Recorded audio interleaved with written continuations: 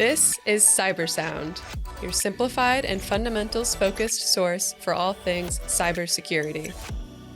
Welcome to CyberSound. I'm your host, Jason Pufahl, joined today by Alex Cox, Associate at Troutman, Pepper, and Locke. Hey, Alex. Hey, how's it going? So normally I'm joined with at least one other co-host, but today I'm doing it solo. I guess everybody's traveling too much before the holidays, so they bagged out on me. Yeah, Thanksgiving next week. It's that time of year. It is that time of year. Yeah. Hey, so we actually did a podcast not too long ago, maybe a couple of months ago, where we actually chatted sort of health and fitness in kind of how IT professionals can cover our time and be a little bit healthier.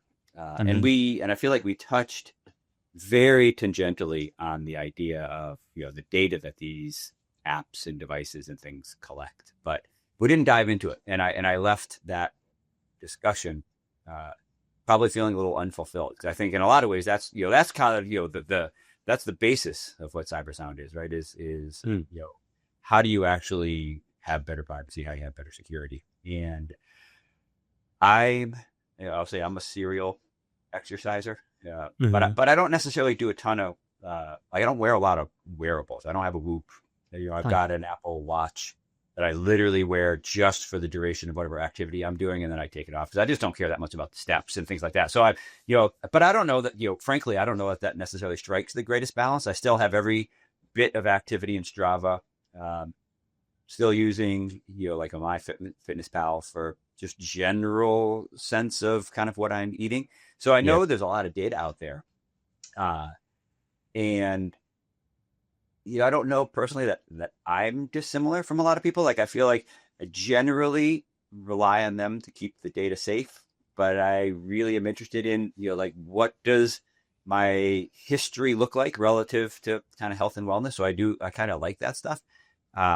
So you and I chatted, and you said, "Hey, listen, I know about this stuff. So let's let me give you some info about what's HIPAA, what's sort of consumer health data, how do they use it?" So that's the discussion today. So I'll stop there. Maybe give you a chance to kind of weigh in on where you want to go with this.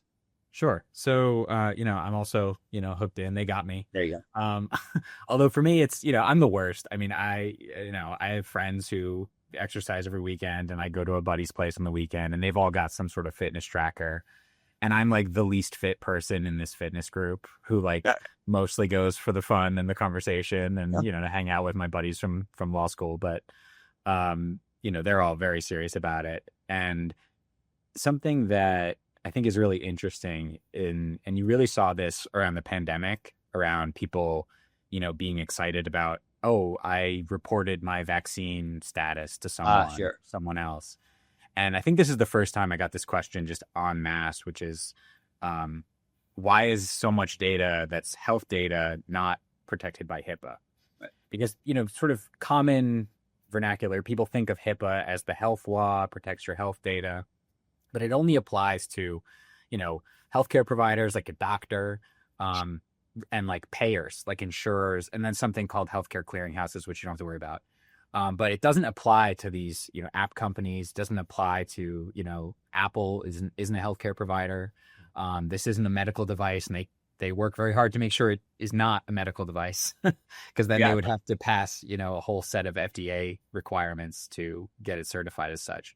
And so because it's not health data subject to HIPAA, it's not being processed by a covered entity. And I should be more specific there. Health data only is subject to HIPAA when it's processed by what we call a covered entity, which is, one of these HIPAA regulated companies like the health insurer or the healthcare provider. And so health data in anyone else's hands, like for example, your employer, anything they know about you, not subject to HIPAA. Anything you tell to anybody else, not protected by HIPAA. It's all protected by this sort of patchwork of state privacy laws that are basically mostly copycats of the GDPR in Europe. So GDPR passed in 2016. California passed a copycat law a couple years later in 2018 that was effective in 2020. Connecticut jumped on the bandwagon we were one of the first states, Connecticut, Virginia, and Colorado, to pass a comprehensive consumer privacy law, which included health data. And that covered the gap, really.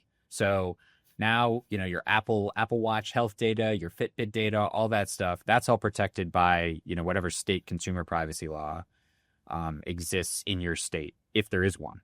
Yeah. So what does that mean by then protect it? Because now you've got Apple essentially interpreting the laws of, we'll say 50 states, although I know that not everybody has a comprehensive law. Yeah. It's like 20. Right. So what are they really doing with it? And are they pulling features out of devices to try to make it easier? Are they actually protecting it?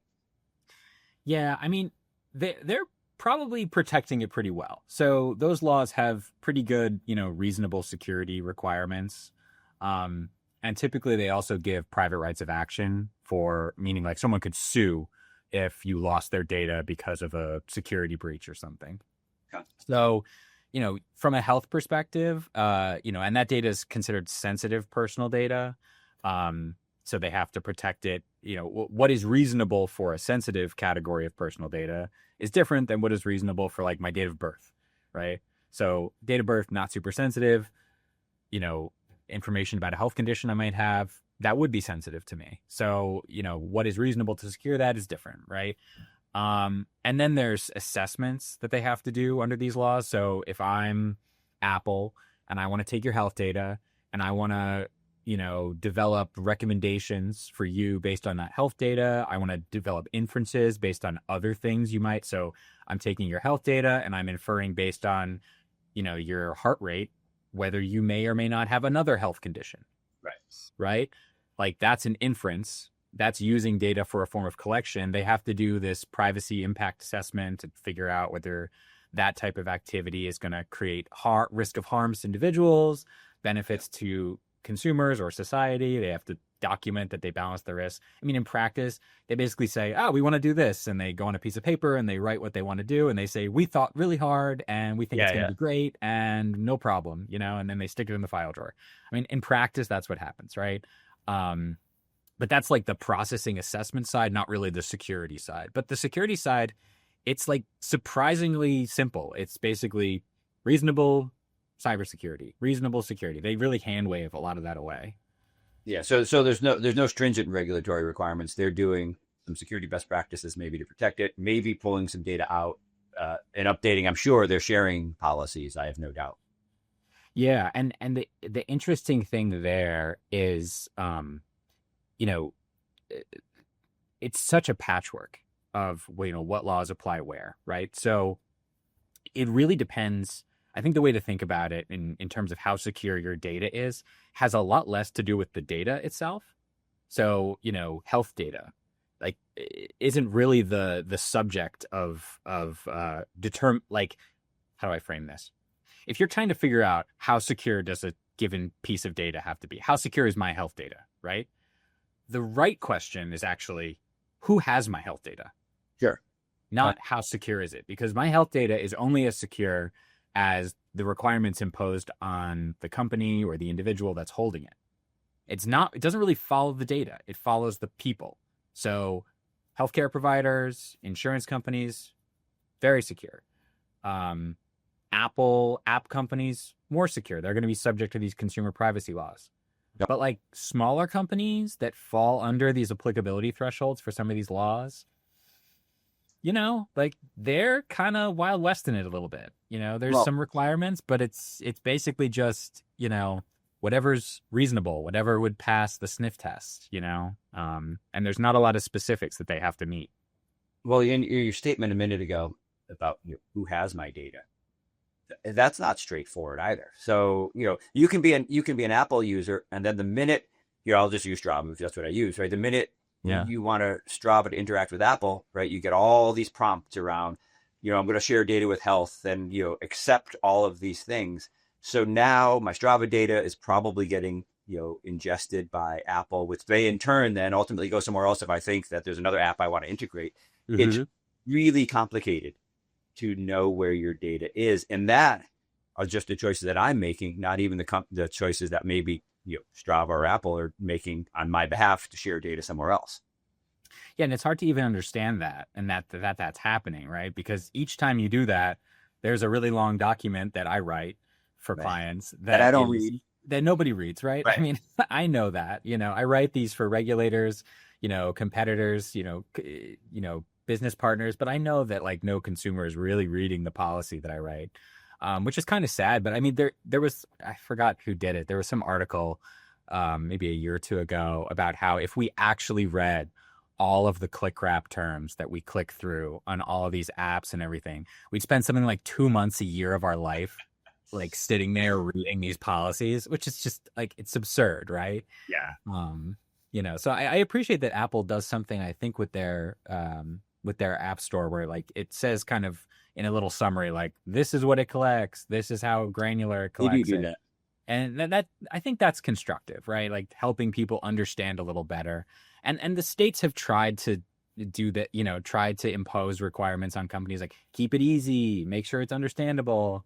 But like it is hard to do that. And it's hard to get people to like, people don't want to read anything. I mean, it's hard to get people to read these things. Yeah. And the I'll best be honest, intentions. I don't even know how long most of them are. Like because you're all presented, either A, on my phone, so it scrolls for 1,000 miles, or maybe it's a doc and you kind of have a sense, but they're long. That's the one takeaway I have every time. Yeah, and they're long because often they're meeting, a whole slew of requirements, right? And you're trying to check, 14 different boxes with this huge document. I mean, I like to compartmentalize things by like regulatory universe, and I think that keeps it a little lighter weight, so that way instead of reading this document that's 26 pages and is handling global issues, I don't want to read a 26-page document. I like doing it like there's an 8-page document for the US and a 4-page document for California. That's reasonable. And, that way, like, oh, I'm a California resident or I'm a Connecticut resident, I just go to the multi-state notice that meets the Connecticut requirements and I can see what's happening there. But everyone has their preferences, and there's arguments pro and con for all of this stuff, but it's hard for people, I think, to understand how it's being used, how it's being shared, what protections exist. So let's segue a little bit into the how it's used. Sure. I feel like the U.S. we don't have the strongest privacy laws. Certainly, to your point, where we modeled a bunch of them off the GDPR. We don't have a federal law. So I want to interrupt you there really quick. So I actually think, this is going to sound a little crazy, and I get in this argument. My family is my whole dad's side of the family live in the UK, and every time I go back and visit my cousins, I get a ton of shit as like the stereotypical American. Like, I'm the American who's over there, getting made fun of for being American. And one thing they love to make fun of is like, oh, you have no privacy and whatever. And like, I happen to be a privacy lawyer, right? And I get to explain to them. I get the opportunity to be like, you guys are kind of wrong about that. Like, that it's kind of a misnomer. And it's true in a couple senses, in the sense that like GDPR is the EU. It spans the whole European Union. So there's no places where it doesn't exist, right? And so that's easy for like a person to just see, oh, big law there, covers the whole scope. Yeah. But in a lot of ways, like the US privacy laws, even though their scope isn't as broad, they're actually more protective in some ways than the GDPR is. I mean, the GDPR has extremely strict penalties.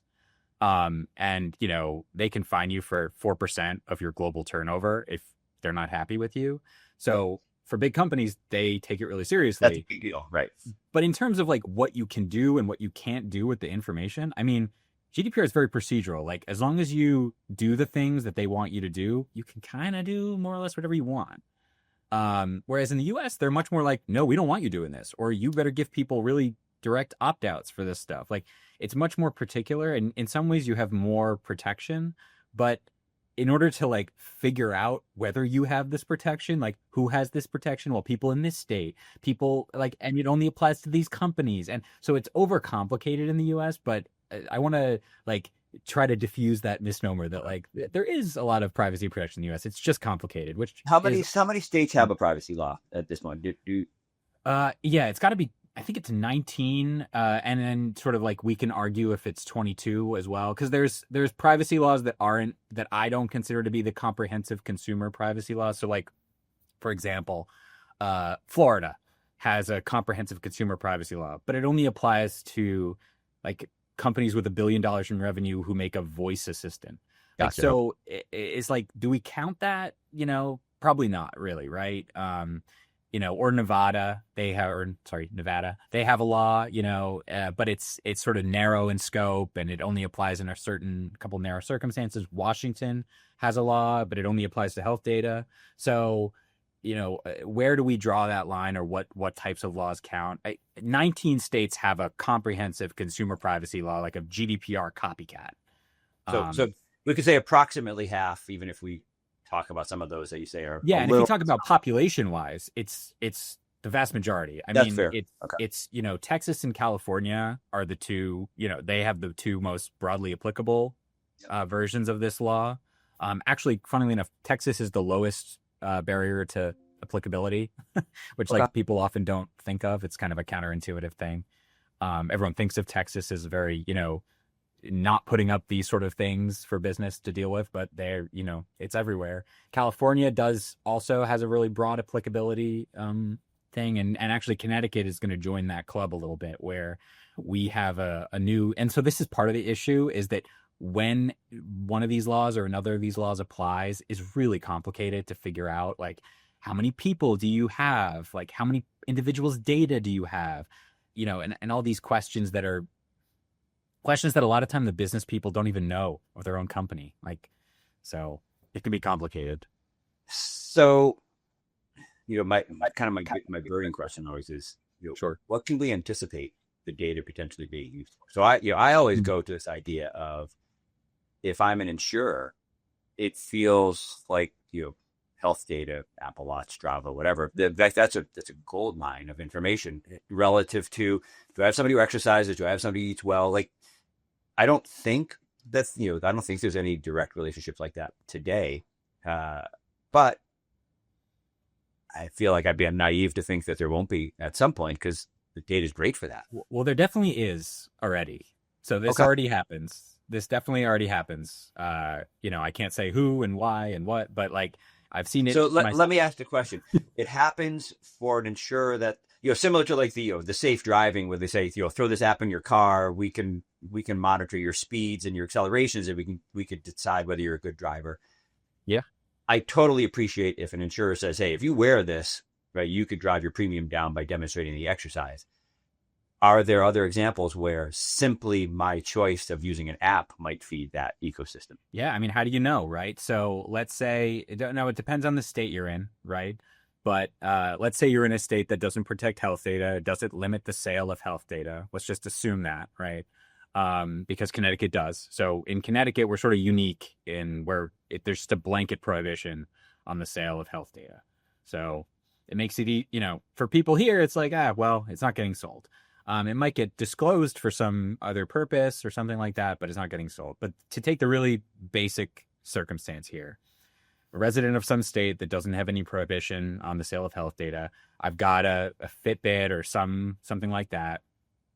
There's nothing, strictly speaking, preventing that company from just continuously selling the metrics that they collect about people to insurance companies to use for whatever purpose they want. So they could just they could just have open data feeds, and they would have to disclose that to you. They'd be required to tell you that they're doing that. In the privacy statement that you didn't read? Is that where? Yeah, exactly.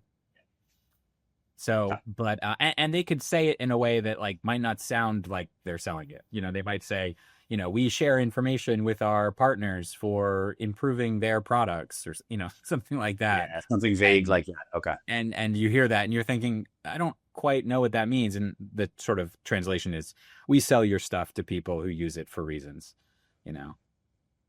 So it's definitely happening already. Yeah, you wear a watch. I mean, you're wearing it. You're wearing it now.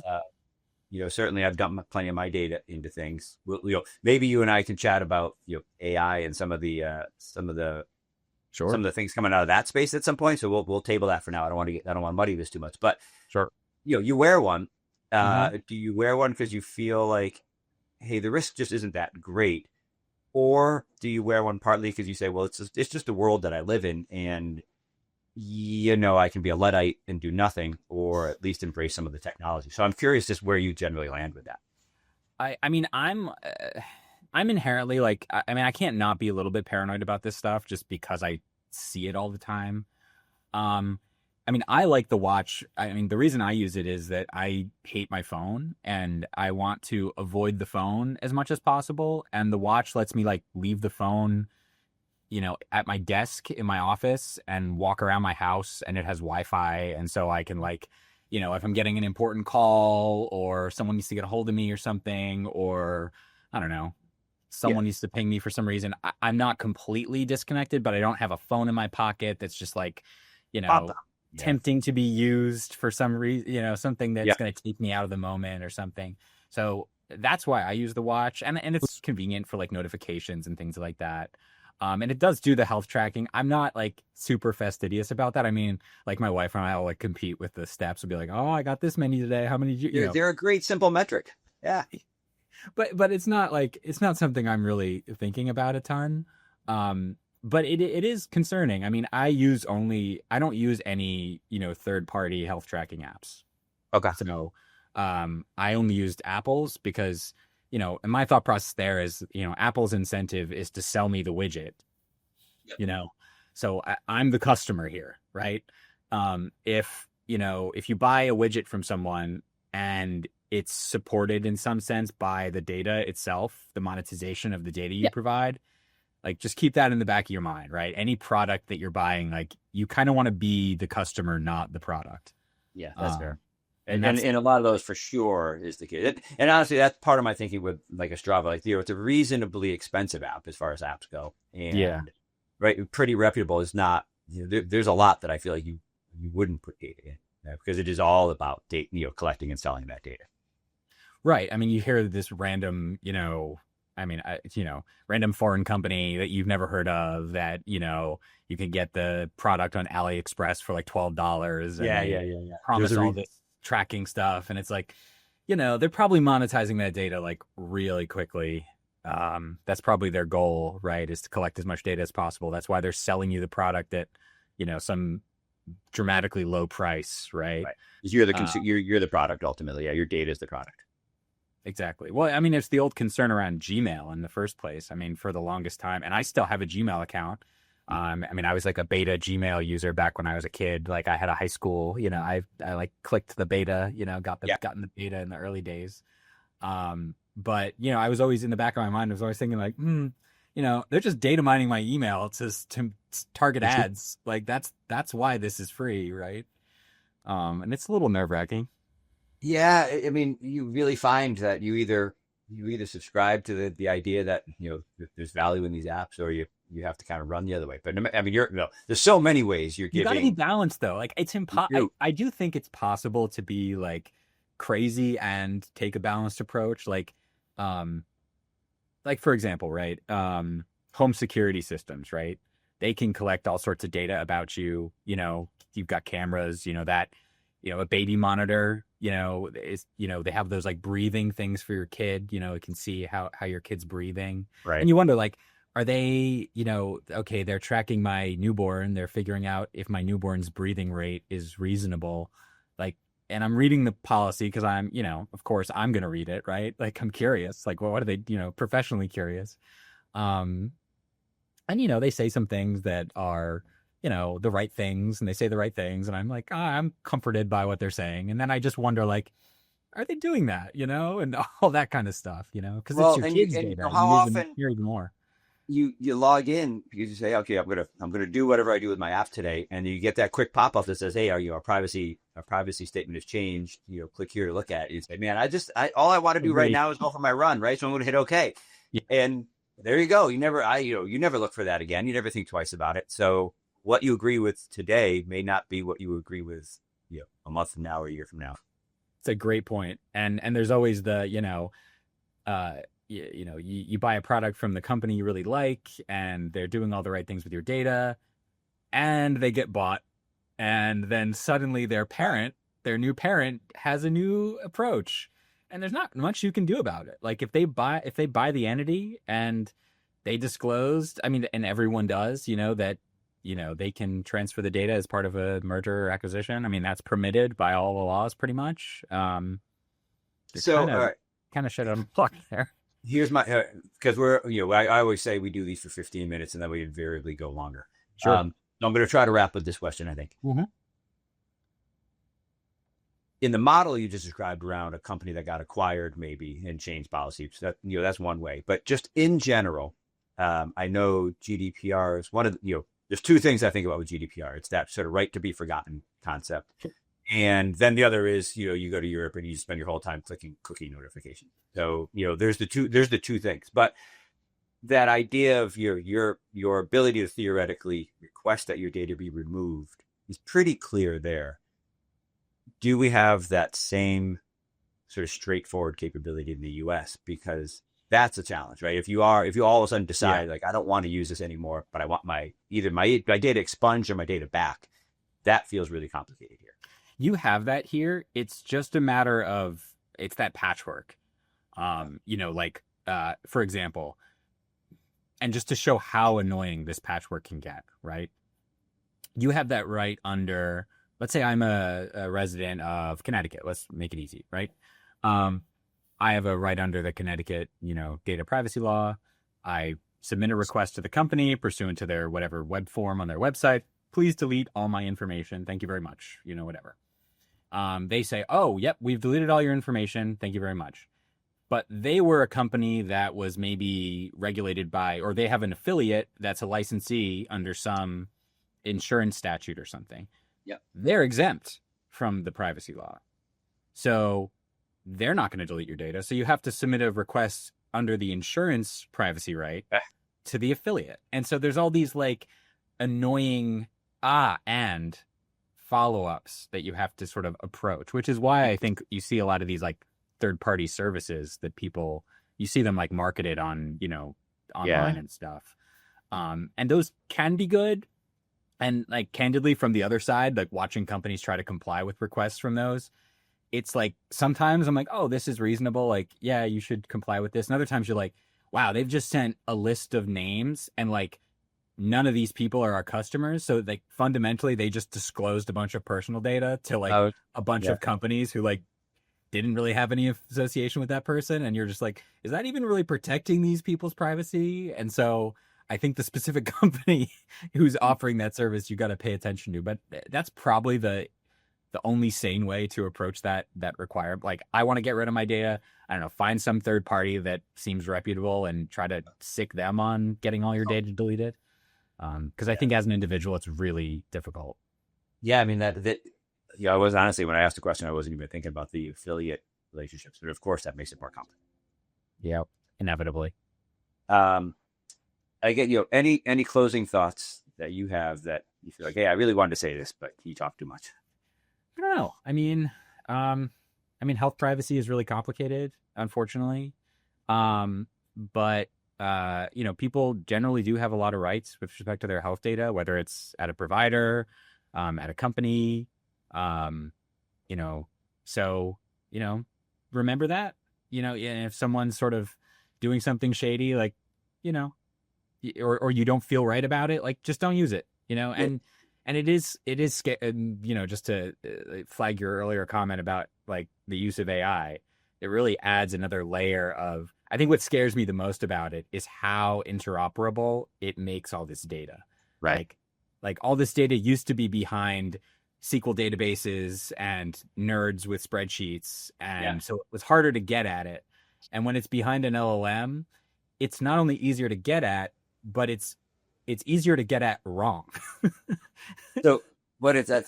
This is not my phrase, but I loved it. Somebody said, AI is essentially the democratization of IT, right? Because it takes what was really complicated at one point and really for people who had a programming background or whatever, and makes it accessible in many ways, right? Via just traditional language, normal language to somebody else. So again, whole different topic. And I think it's one that actually, if you're open to it, I'd be happy to have you come back on, because this was, I enjoyed the conversation. So yeah, a lot of my time these days is AI governance programs. I'll bet it is. So riveting. All right. Well, let's end here. As always, if anybody has any questions, I'm sure reach out to us. We can relay into Alex or have him back on. But Alex, I would love to have you back on to chat AI, because it is, it's a concern. So cool. I appreciate you joining today. Thanks for the half hour. Of course. We'd love to hear your feedback. Feel free to get in touch at Vancord on LinkedIn. And remember, stay vigilant, stay resilient. This has been CyberSound.